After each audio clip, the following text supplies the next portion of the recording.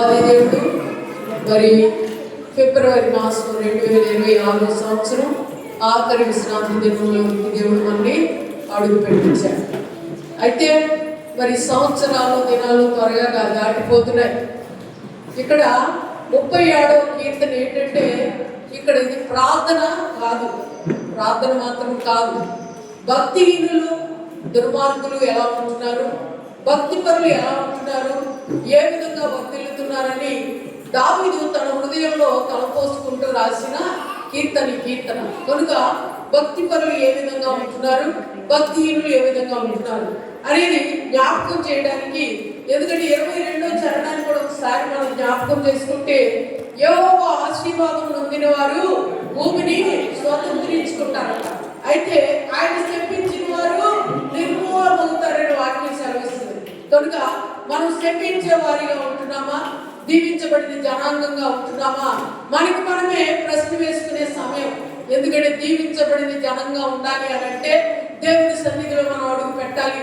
దేవుడి వాక్యాన్ని వినాలి, వినిన వాక్యాన్ని గ్రహించాలి, గ్రహించిన వాక్యాన్ని హృదయ పలకల మీద రాసుకోవాలి. రాసుకున్న వాక్యాన్ని మనము ధ్యానించి మన ప్రవర్తన మనము సరి చేసుకునే వారిగా ఉండాలని దేవాది దేవుడు కోరుకుంటున్నాడు. కనుక మనకి దావీదు కీర్తన ఇది. ఎందుకంటే ప్రార్థన మాత్రము కాదు, ఎందుకంటే భక్తిహీనులు ఈ లోకంలో ఎలా ఉంటున్నారు, భక్తి పరులు ఎలా ఉంటున్నారు అనేది వ్యత్యాసానికి మాత్రమే. వృక్షాలకి చూడండి, మరి జంతువులకి ఎలా వ్యత్యాసం ఉంటుందో అలాగే ఆ వ్యత్యాసాన్ని మనం తెలియజేయడానికి ఈ కీర్తన మరి 40 చరణాలు కీర్తన దావీదు రాయడం జరిగింది. అయితే ఇక్కడ అంటాడు, ఎందుకంటే భూమిని స్వతంత్రించుకోవాలి అని అంటే ఇక్కడ ఏమంటాడు, యెహోవా యందు నమ్మిక ఉంచి మేలు చేయాలి, దేశమందు నివసించి సత్యాన్ని అనుసరించాలి అని అంటున్నాడు. ఎందుకంటే యెహోవా యందు ముందు నమ్మిక ఉంచాలి. నమ్మిక ఉంచితే భూలోకాన్ని మనం స్వతంత్రించుకుంటాం. అలాగే మనకు ఏమన్నాడంటే సత్యాన్ని అనుసరించి నడుచుకునే వారిగా ఉండాలని దేవుడు కోరుకుంటున్నాడు. చూడండి, మార్కు సువార్త 9వ అధ్యాయము 23వ వాక్యాన్ని ఒకసారి మనం జ్ఞాపకం చేసుకుందాం. మార్కు సువార్త 9వ అధ్యాయము 23వ వాక్యం. అందుకు యేసు, నమ్ముట నీ వలనైతే నమ్మువాడికి సమస్తము సాధ్యమే. ఎందుకంటే మన విశ్వాసంలో ఎదగాలన్నా, మన విశ్వాసానికి ఎదగాలన్నా, మన విశ్వాసంలో మనకి ఏముండాలి, నమ్మిక ఉండాలి. నమ్మిక లేకపోతే మన విశ్వాసంలో మనం ఎదగలేము. కనుక నమ్మిక మాత్రము ఉంచు అంతే. నువ్వు దేవుని వైపు చూసి దేవునితో సహవాసం కలిగి దేవునితో సంబంధం కలిగి నమ్మకమైన వ్యక్తులుగా ఉంటే ఆయన నమ్ముట నీ వల్ల అయితే నమ్మువారికి సమస్తము సాధ్యమే. నమ్ముతున్నావా అంటే నేను నమ్ముతున్నాను ప్రభువా అని చెప్పగలిగే ధైర్యంలోకి దేవుడు మనం నడిపించాలి. అలాంటి కృపలోకి మనం రావాలని దేవుడు వేడుకోవాలి. ఇక్కడ అందుకనే ఇక్కడ మనకి ఏ సమస్య వచ్చినా ఆ సమస్యను మనం ఎదుర్కోవాలని అంటే మనకు నమ్మిక మాత్రము మనం ఉంచాలి. ఈ సమస్యను నేను ఎదుర్కోలేను, నాకు ఈ బలం సరిపోవట్లేదని అనుకుంటే కుదరదు. కనుక ఆ సమస్యను ముందు పెట్టుకున్నప్పుడు నువ్వు నమ్మికతో దేవుడు ప్రార్థించగలిగితే ఈ లోకాన్ని భూలోకాన్ని స్వతంత్రించుకుంటావని దావీదు సెలవిస్తున్నాడు. అలాగే యెహోవాను బట్టి సంతోషించాలి, ఆయన మీ హృదయ వాంఛలను తీరుస్తాడండి. ఎందుకంటే యెహోవాను బట్టి సంతోషించే వారిగా ఉండాలి. సంతోషిస్తే మన హృదయంలో ఏదైంది ఆయనకు తెలుస్తుంది. కాబట్టి మన హృదయాన్ని బట్టి, మన హృదయం నిండిన దాన్ని బట్టి నోరు మాట్లాడాలి. కనుక మన హృదయాన్ని సంతోషించగలిగితే దేవుడు నువ్వు ఎలా ఉన్నావో చెప్పగలుగుతాడు.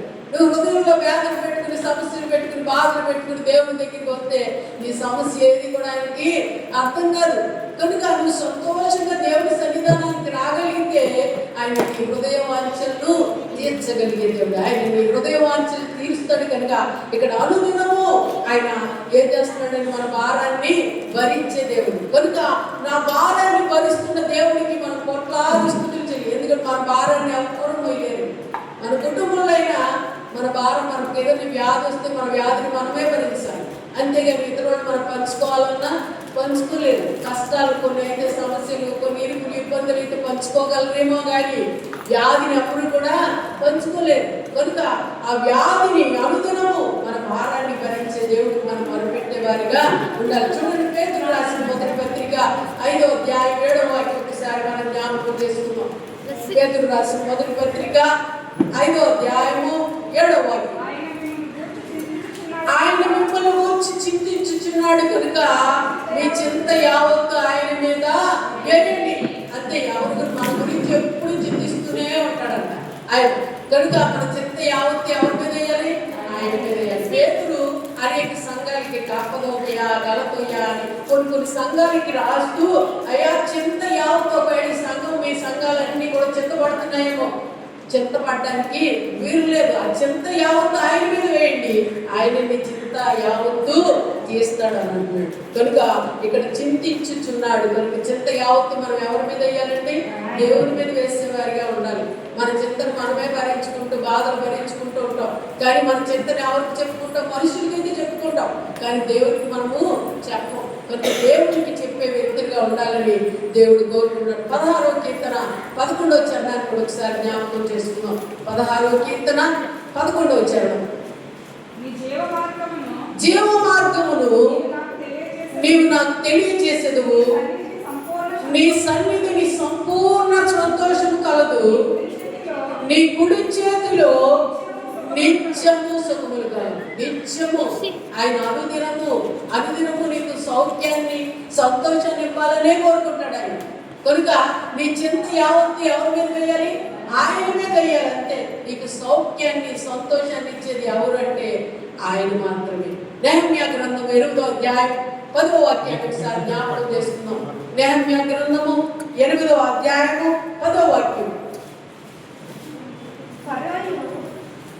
నెహెమ్యా గ్రంథము 8వ అధ్యాయము 10వ వాక్యం.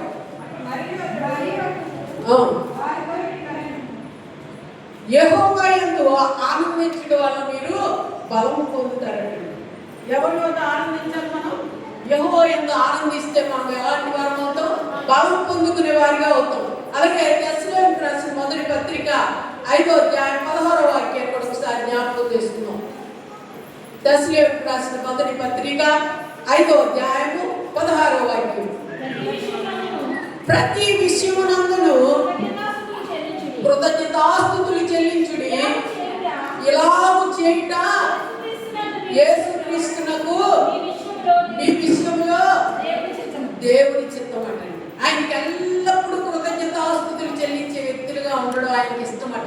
మనం ఒక రోజు కృతజ్ఞతాస్తుతులు చెల్లించి ఒక రోజు మానేసాం అనుకోండి, ఆయన నిన్ను చూసి చూడనట్లుగానే ఉంటాడు. కనుక ప్రతి దినము మనం వేపులు లేవడమే దేవుని ఉపదర్శనం చేసేవారిగా ఉండాలి. దేవునితో సన్నిహిత సాంపత్యాన్ని మనం కలిగి ఉండేవారిగా ఉండాలని అనుకుంటాడు. చూడండి, అలాగే ఫిలిప్పీ 4:4 కూడా ఒకసారి మనం జ్ఞాపకం చేసుకుందాం. 4:4 ఫిలిప్పీ 4:4. ఎల్లప్పుడూ ప్రభువునందు ఆనందించుడి. మరలా చెప్పుదును ఆనందించు. ఎల్లప్పుడు మనం ఒకప్పుడే కదండి, ఎల్లప్పుడు మనకి ఏ సమస్య వచ్చినా మనం ఎప్పుడు కూడా సంతోషించే వారిగానే ఉండాలి. దుఃఖించే వారికి ఎప్పుడు కూడా మనం ఉండడానికి వీలు లేదు. ఎందుకంటే దేవుడు మన పాపాన్ని శాపాన్ని ఏం చేశాడు? ఆయన సిలువలో విరగొట్టేశాడు. కనుక మనం ఎల్లప్పుడూ సంతోషించే వారి. మరలా చెప్తున్నాను, మీరు సంతోషంగానే ఉండడం నాకు ఇష్టం అంటారు. అలాగే ఇక్కడ 37:5 అంటాడు, నీ మార్గం యెహోవాకి అప్పగింపుము, నీవు ఆయనను నమ్ముకునుము, ఆయన నీ కార్యాన్ని నెరవేరుస్తాడు. ఎందుకంటే ఆయన నమ్ముకుంటేనే కదా మన కార్యాన్ని నెరవేర్చేది. నమ్ముకోకుండా మనకి ఏది కూడా తెలియదు. కనుక దేవుని నమ్ముకునే వ్యక్తులుగా మనం ఉండాలి. అలాగే నీకు ఏ సమస్య అయినా యెహోవాకు అప్పగించు. యెహోవాకు అప్పగిస్తే ఆయనే చూసుకుంటాడు. చూడండి, సామెతల గ్రంథము 3వ అధ్యాయం 5, 6, 7, 8 వాక్యాలు జ్ఞాపకం చేసుకుంటాం. సామెతల గ్రంథము 3వ అధ్యాయము 5, 6, 7, 8 వాక్యాలు. నీ స్వబుద్ధిని ఆధారం చేసుకొనక నీ పూర్ణ హృదయముతో యెహోవా యందు నమ్మిక ఉంచుము. నీ ప్రవర్తన అంతటి యందు ఆయన అధికారాన్ని ఒప్పుకో. అప్పుడు ఆయన నీ త్రోవలను సరళం చేయును. చదువు చేయడం కూడా చాలా మంచి మాట. నేను జ్ఞానిని కదా అని నువ్వు అనుకోవద్దు. యెహోవా యందు భయభక్తులు కలిగి చెడుతను విడిచిపెట్టు. అప్పుడు నీ దేహమునకు ఆరోగ్యము, నీ ఎముకలకు సత్తువయు కలుగును. ఎందుకంటే నీ మార్గాలు అంటే అయ్యే మన మార్గాలు అంటే ఆయనకు అప్పగించుకోవడం అంటే మన జీవితంలో ఉన్న సమస్యలు కాదు. కానీ నువ్వు నీ బుద్ధిని ఆధారం చేసుకో, నీ స్వబుద్ధిని ఆధారం చేసుకోకుండా నీ పూర్ణ హృదయంతో యెహోవా యందు నమ్మికించు.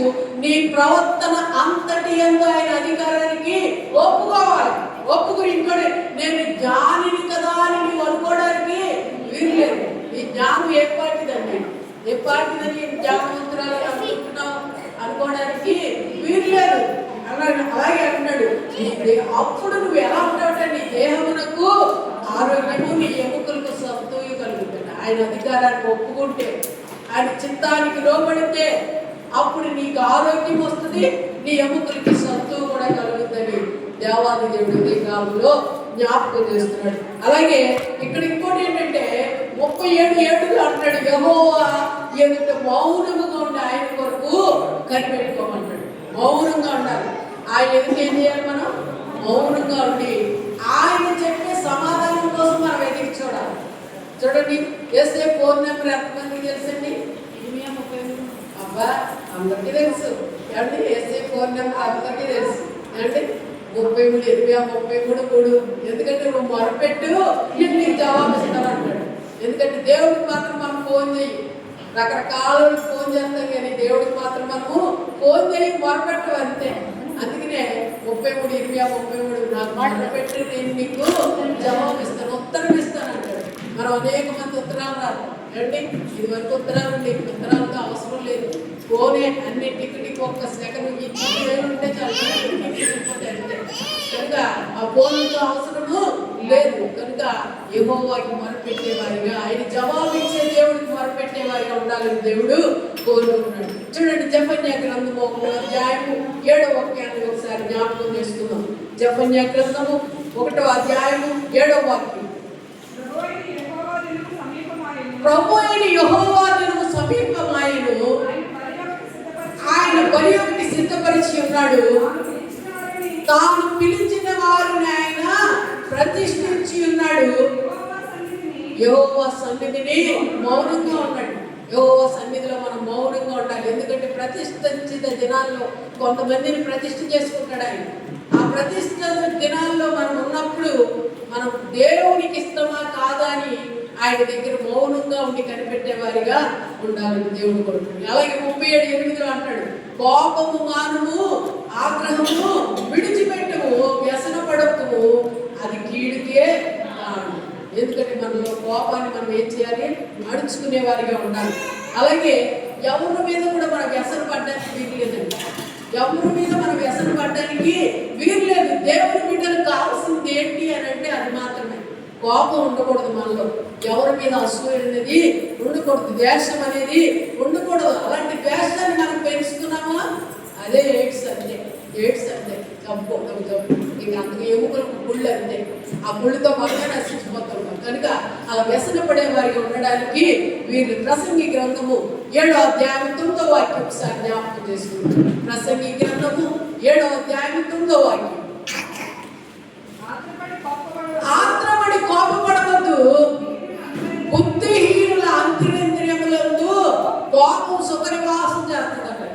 చూడండి, నువ్వు ఎవరితో ఏం చెప్పగలవు? నువ్వు కోపపడుతున్నావంటే నువ్వు ఎలాంటి వాడు?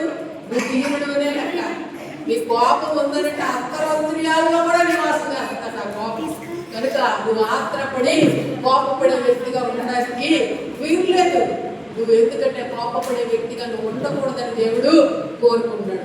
అలాగే ఎఫెసీయులకు రాసిన పత్రిక 4:31 సారి చూద్దాం. చూడండి, ఎఫెసీయులకు రాసిన పత్రిక 4వ అధ్యాయం 31వ వాక్యం. సమస్తమైన కోపము, ద్వేషము, క్రోధము, అల్లరి, దూషణ, సకలమైన దుష్టత్వమును మీరు విసర్జించుడి. ఏది ఉన్నా మన అంతరంద్రియులు ఏది నివాసం చేసినా కోపమే కానీ, ద్వేషమే కానీ, అసూయ కానీ అవన్నీ కూడా విసర్జించుకునే వ్యక్తులుగా మనం ఉండాలని దేవుడు కోరుకునే. ఎందుకంటే ఈ 40 చరణాల్లో ఇది బుద్ధిమంతులకు తగిన లక్షణాలు చెప్తున్నాను. తర్వాత బుద్ధిహీన లక్షణాలు తర్వాత ఉంటాయి. కనుక ఏ విధంగా ఉంటున్నామో మనకు మన వాక్యాన్ని చదివితే అర్థమవుతుంది. మనం ఏ విధంగా కోపంతో ఉంటున్నామా, అసూయతో ఉంటున్నామా, ద్వేషంతో ఉంటున్నామా, మనలో ఏది ఏర్పడి చేస్తుంది, మన అంతరంద్రియంలో ఏది ఏర్పడి చేస్తుంది చేస్తుందో మనకి దేవుడు జ్ఞాపకం చేస్తాడు. కనుక వాక్యాన్ని మనం విరివిగా చదివే వారిగా ఉండాలని దేవుడు కోరుకుంటున్నాడు. అలాగే ఎఫెసీయులకు రాసిన పత్రిక 4:32 కూడా చదువు. ఒకని ఎడల ఒకడు దయ కలిగి కరుణా హృదయులై క్రీస్తునందు దేవుడు మిమ్మల్ని క్షమించిన ప్రకారము మీరు ఒకరికొకరు ఏం చేసుకోవాలి? క్షమించుకోవాలి. అంతేగాని కోపాలు, పగలు, అసూయలు మనం పెట్టుకోవడానికి వీరు లేదు. అలాంటి వారే ఈ భూలోకాన్ని స్వతంత్రించుకుంటాడని దేవుడు వాక్యం ద్వారా సెలవిస్తున్నాడు. కనుక ఇక్కడ అబ్రహాముని ఏ విధంగా దేవుడు దీపించాడో చూడండి. ఇక్కడ 12వ అధ్యాయం, ఆదికాండం 12వ అధ్యాయము 2-3 వాక్యాలు. ఆదికాండము 12వ అధ్యాయము 2-3 వాక్యాలు. నిన్ను గొప్ప జనముగా చేసి నిన్ను ఆశీర్వదించి నీ నామమును గొప్ప చేయుదును. నీవు ఆశీర్వాదముగా నుండువు. నిన్ను ఆశీర్వదించు వారిని ఆశీర్వదిస్తాను.